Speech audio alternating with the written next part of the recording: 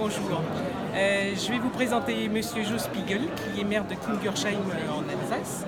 Et je vais lui demander de se présenter déjà. Voilà. Joe Spiegel, maire de Kingersheim, j'ai exercé des responsabilités aussi sur l'agglomération dont j'étais président, avec au cœur du projet comment faire en sorte qu'on puisse faire alliance territoriale dans la lutte contre le réchauffement climatique. Et au moyen de quoi? Au moyen d'une démocratie rénovée, parce qu'il n'y a pas de transition écologique, pas de transition sociale sans transition démocratique. En réalité, je pense qu'il faut sortir de la vieille politique, qui est portée d'ailleurs malheureusement autant par les amis de gauche que évidemment par la droite. Comment sortir de la vieille politique? C'est-à-dire tourner le dos à ce que j'appelle une démocratie providentielle, jupitérienne, descendante, anesthésiante, c'est-à-dire dormez braves gens, on fait à votre place, et finalement infantilisante, à l'exemple de ces réunions de quartier où le maire se présente comme un magicien et les habitants comme des consommateurs. Et donc il faut sortir de ça. Si on veut changer les choses avec les gens, eh bien il faut les inviter à cheminer vers la complexité, vers la codécision, vers la co-construction. Et c'est ça le cœur de notre écosystème démocratique à Kingersheim. Alors, nous, on aimerait bien savoir quelles étaient vos plus belles réussites au niveau de votre village, les plus marquantes, en ayant appliqué votre démarche. Je vais paraître immodeste de le dire, c'est-à-dire quand vous invitez les citoyens, mais aussi toutes les ressources de sens, d'intelligence, d'expertise, parce que je pense qu'il faut rassembler toutes les ressources d'intelligence, eh bien ce que vous faites est pas loin d'être juste. C'est-à-dire la justesse de la décision est liée à la qualité démocratique.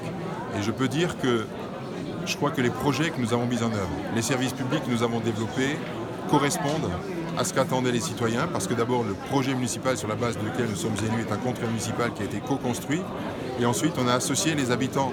Et quand vous faites de l'intelligence collective, vous vous plantez moins que lorsque vous prenez une décision tout seul.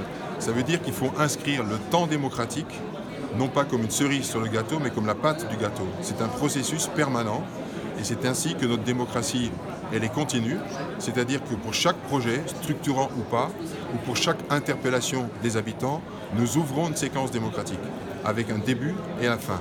Le début, c'est l'invitation à tous les habitants.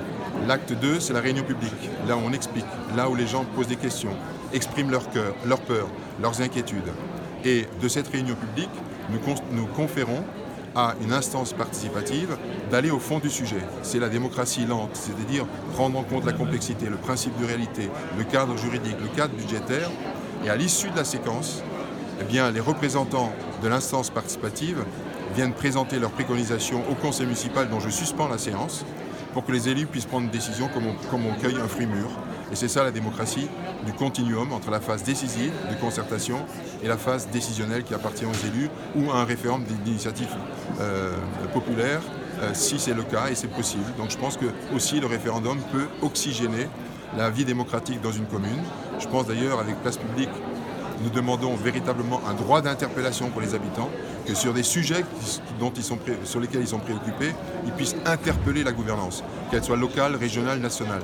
Et nous demandons aussi un vrai droit au référendum d'initiative citoyenne, c'est-à-dire que si l'Assemblée qui reçoit l'interpellation ne bouge pas, alors les citoyens peuvent organiser un référendum pour prendre une décision. Je ne dis pas que c'est la méthode absolue et continue, parce qu'il y a aussi la représentation démocratique. Mais je pense que la démocratie de représentation reprend du sens et est réenchantée quand les élus qui sont en responsabilité s'appuient sur les décisions, sur le processus de décision des habitants. Et alors dans cette démarche, malgré tout, est-ce que vous avez connu quelques décisions que vous avez regrettées peut-être, ou des écueils, vous avez dit là ça n'a pas marché Je suis désolé de vous dire qu'au fond, l'ensemble des décisions que nous avons prises sont inscrites dans plusieurs légitimités. D'abord, la légitimité de la promesse tenue. Les gens ne supportent plus des promesses qu'on ne peut pas tenir. Ça, c'est le premier élément. Et si je parcours partout le pays en ce moment, c'est parce que je peux dire à l'issue des mandats, et je fais fin à mon engagement politique dans 6 mois, on a toujours dit ce qu'on allait faire, on a fait ce qu'on allait dire. Et ce qu'on a dit, ça a été co-construit avec les habitants. La deuxième légitimité, c'est par le résultat. C'est l'usage du denier public, l'usage rigoureux du denier public. 1 euro dépensé doit être 1 euro utile. La troisième légitimité, c'est le symbole. C'est par le symbole, c'est-à-dire mettre de la simplicité, mettre de la modestie dans l'espace public. Par exemple, dans notre commune, on n'a plus d'inauguration et grande pompe. C'est des temps d'appropriation par les habitants. Ça veut dire que nous ne sommes pas propriétaires de ce qu'on fait. On est juste de passage au service du bien commun et des habitants. Puis la dernière légitimité, c'est la plus importante, c'est le processus de participation et d'implication des citoyens. Et c'est donc qu'on a mis en place tout un écosystème qui permet de mieux décider ensemble et puis aussi qui permet de susciter le pouvoir d'agir des citoyens. C'est par exemple un des plus beaux exemples, c'est la réalisation d'un restaurant associatif porté par l'association éco-citoyenne qui s'inspire de Pierre Rabhi et à qui on a mis à disposition un vieux bâtiment industriel. Il nous a été demandé ensuite, pour faire un marché paysan, il nous a été demandé ensuite de réactualiser, de réhabiliter le bâtiment. On l'a fait après une grande discussion et bien nous a pris puisque aujourd'hui c'est un restaurant associatif qui a créé 17 emplois. On a mis à disposition un terrain pour faire l'éducation à la permaculture. C'est un lieu de concert, c'est un lieu d'épicerie bio et de circuit court. Donc voilà, c'est dire qu'il faut accepter l'idée que les politiques ne sont pas l'alpha et l'oméga de la politique. Et que la politique, c'est l'affaire de tous.